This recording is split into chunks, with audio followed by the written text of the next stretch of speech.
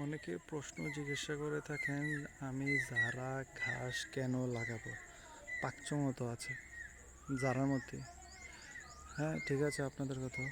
পাকচমো যারার মতোই, কিন্তু যারা না। কী কারণে দেখাচ্ছি এটা? এটা শুধু একমাত্র যারা গাছেই হয়। আপনি একটা আন্দাজের জন্য নিন,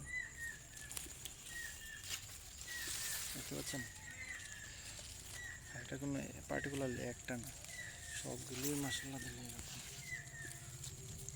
বুঝতে পারছেন? এগুলো চিকন চিকন যেগুলো দেখছেন, এগুলো একদম শুকিয়ে কাঠ হয়ে গেছে।